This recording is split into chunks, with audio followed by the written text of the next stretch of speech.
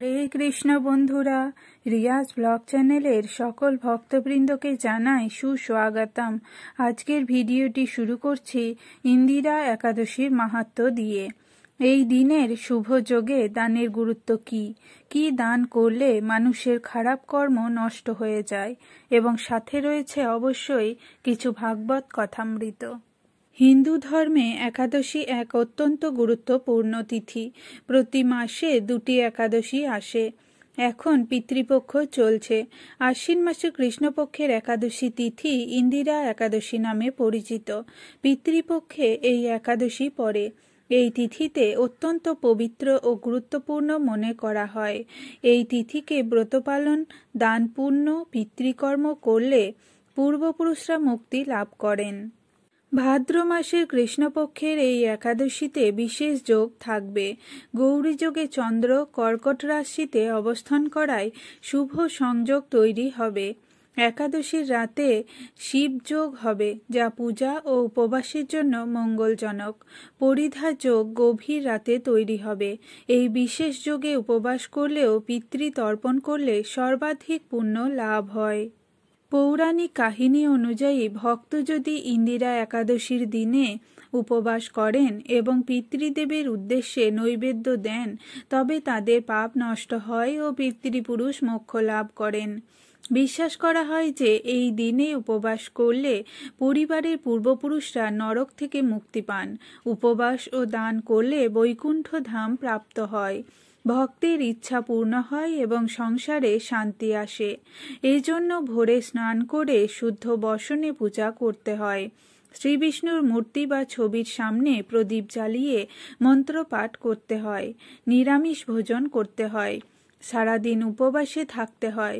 গরিব ব্রাহ্মণ বা ভিক্ষুককে দান করতে হয়। এই তিথিতে পিতৃতর্পণ এবং শ্রাদ্ধ করলে বিশেষ ফল প্রাপ্তি হয়। এই উপবাসে মানসিক শান্তি বৃদ্ধি পায়, সাংসারিক কষ্ট লাঘব হয়, পূর্বপুরুষের আত্মা শান্তি ও মুক্তি পায়, ভক্ত আধ্যাত্মিক উন্নতি অর্জন করেন। এবার আসা যাক ইন্দিরা একাদশীর পূর্ণাঙ্গ সময়সূচিতে।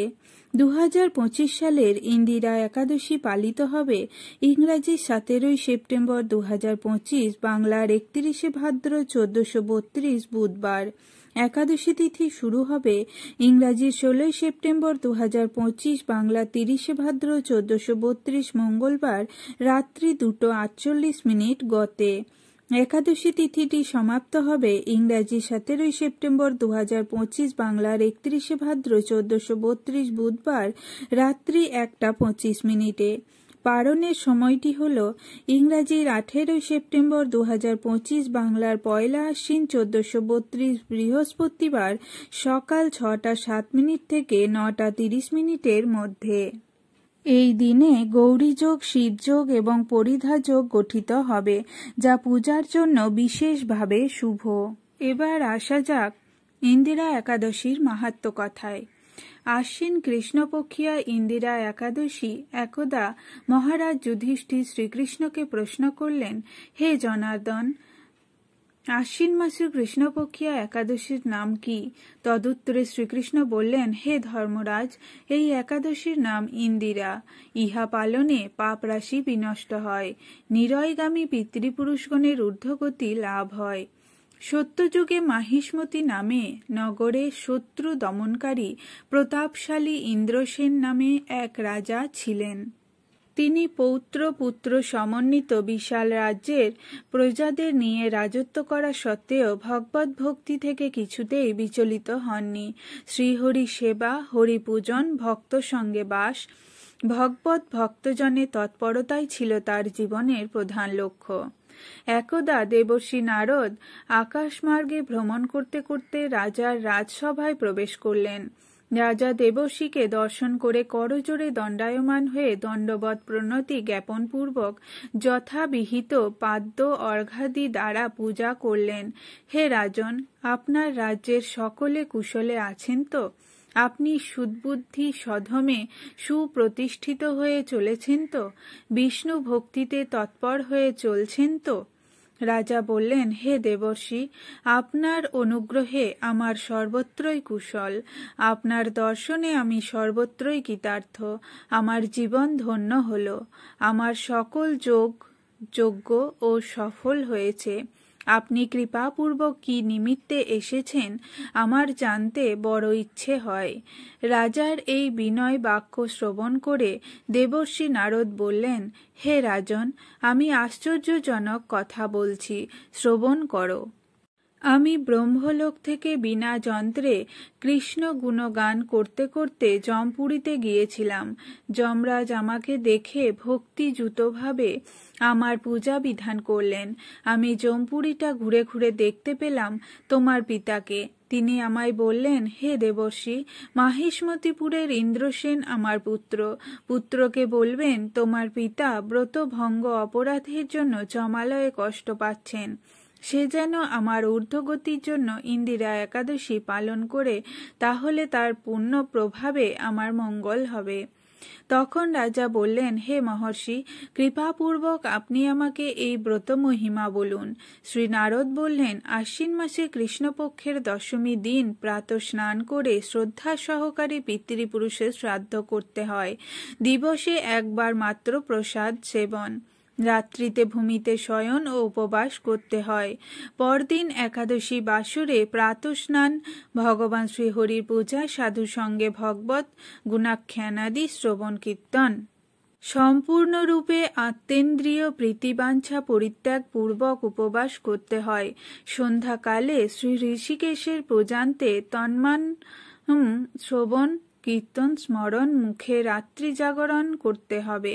দ্বাদশী দিবসে শ্রীহরির পূজা, ভোগরাগ, নৈবেদ্য সমপূর্ণ পূর্বক নৈষ্ঠিক ব্রাহ্মণ সাধু বৈষ্ণব সেবন অন্তে পালন করতে হয়। এইরূপ ব্রত করলে নিরয়গামী পিতা ও শ্রী বিষ্ণুলোকে গমন করে। দেবর্ষি নারদের উপদেশে মাহিষ্মতিপুরের রাজা ইন্দ্রসেন এই ইন্দিরা একাদশী পালন করায় তার পিতার বিষ্ণুলোক প্রাপ্তি ঘটেছিল। রাজর্ষি ইন্দ্রসেন নিষ্কণ্টক রাজত্ব করে অন্তকালে পুত্র হস্তে রাজ্য সমর্পণ পূর্বক স্বয়ং ভগবদ্ধাম প্রাপ্ত হয়েছিল।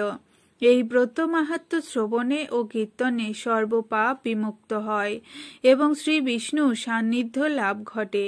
হরে কৃষ্ণ। এই ইন্দিরা একাদশীর মাহাত্ম্য পাঠে ও শ্রবণে মানুষ সকল পাপ মুক্ত হয়ে বিষ্ণুলোকে প্রাপ্ত হয়। সনাতন ধর্মে একাদশী অত্যন্ত পুণ্যদায়ী হিসেবে মনে করা হয়। ধর্মীয় গ্রন্থে এই দিনে ব্রত, স্নান, দান এবং উপবাসের বিশেষ গুরুত্ব উল্লেখিত হয়েছে। এটি শুভ দিন যখন ভগবান বিষ্ণুর উপাসনা এবং ভক্তি করার জন্য সর্বশ্রেষ্ঠ সময় হয়।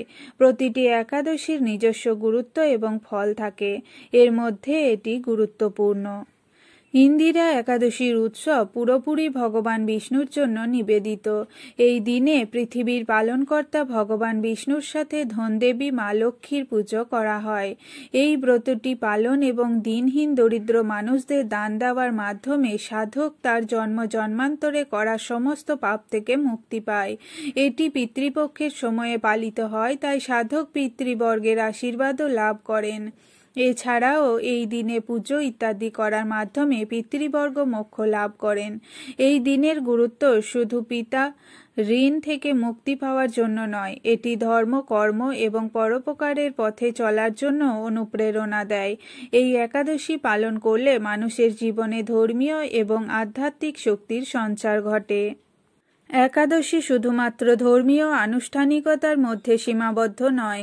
ধর্মীয় আনুষ্ঠানিকতার পাশাপাশি এই দিনে দান দেওয়ার অত্যন্ত গুরুত্ব রয়েছে। দানকে সনাতন ধর্মে যুগ যুগান্ত ধরে পুণ্য কর্ম হিসেবে গণ্য করা হয়েছে।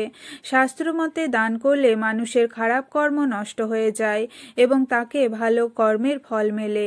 জ্যোতিষমতে দান করার মাধ্যমে ধর্মের সঠিক পালন হয় এবং জীবনের অনেক সমস্যার সমাধান হয়।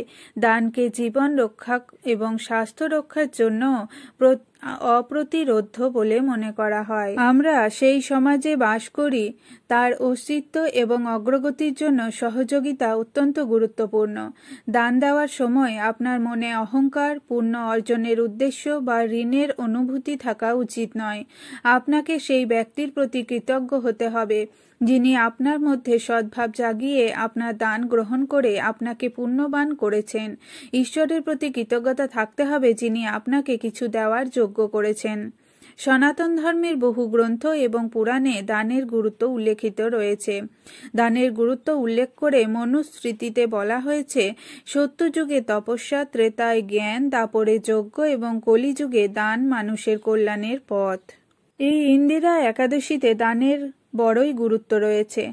বলা হয় যে এই পুণ্য লাভের সময়ে অন্ন এবং খাবারের দান সর্বোত্তম। ইন্দিরা একাদশীর পুণ্য লাভের সময়ে নারায়ণ সেবা প্রতিষ্ঠানের দিনহীন, দরিদ্র, দৃষ্টিহীন শিশুদের খাবার দান করার প্রকল্পে সহযোগিতা করলে পুণ্য লাভ করুন। এবার আসা যাক কিছু ভাগবত কথামৃতে।